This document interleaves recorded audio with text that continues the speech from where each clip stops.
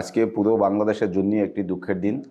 আপনারা নিশ্চয়ই অবগত আছেন যে গতকাল আমাদের বাংলাদেশের তিনবারের সাবেক প্রধানমন্ত্রী এবং আপোষহীন নেত্রী যাকে বলা হয়, যিনি কখনোই বাংলাদেশের প্রশ্নে কখনোই আপোষ করেননি, আমাদের সকলের শ্রদ্ধাভাজন বেগম খালেদা জিয়া গতকাল সকাল 6টায় তিনি না ফেরার দেশে চলে গেছেন।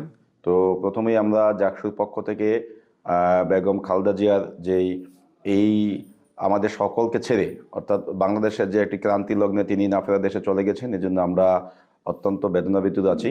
এবং একই সাথে আমরা জাকসুর পক্ষ থেকে আজকে সকাল 11টায় আমরা 2টি বাস নিয়ে আমরা বেগম খালেদা জিয়ার যে জানাজা নামাজ অনুষ্ঠিত হবে সংসদ ভবনের পাশে, সেখানে আমরা যাচ্ছি।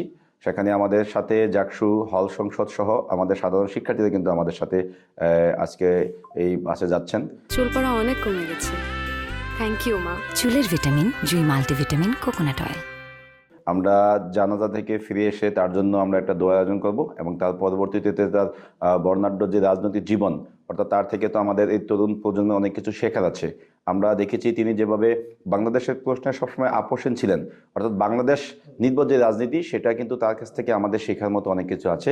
তো তার যেই বর্ণাঢ্য রাজনৈতিক জীবন, সেই রাজনৈতিক জীবনের উপরেই আমরা একটি জাকসুর পক্ষ থেকে একটি আলোচনা সভার আয়োজন করব এবং সেখানে আমরা আমাদের যারা তরুণ প্রজন্ম আছে, যারা এই বাংলাদেশের পক্ষে রাজনীতি করতে চায়, তাদের সবাইকে নিয়ে আমরা সেই আলোচনা সভাটি আয়োজন করব খুব শীঘ্রই। এবং আমরা আশা করি খালেদা জিয়া তার যেই এই মৃত্যুটি হয়েছে, এর মাধ্যমে তিনি শেষ হয়ে যাবেন না। তিনি তার যে নীতি ছিল, তার যে আদর্শ ছিল, সেগুলো আমাদের তরুণ প্রজন্মের মাঝে যে যুগের পর যুগ টিকে থাকবে এবং এর মাধ্যমেই তিনি বাংলাদেশের ইতিহাসে সবসময় তিনি থাকবেন। এবং তার যেই আদর্শ আছে, তার যেই চেতনা ছিল, সেগুলো বাস্তবায়নের জন্য আমরা তরুণ প্রজন্ম কাজ করবো ইনশাআল্লাহ।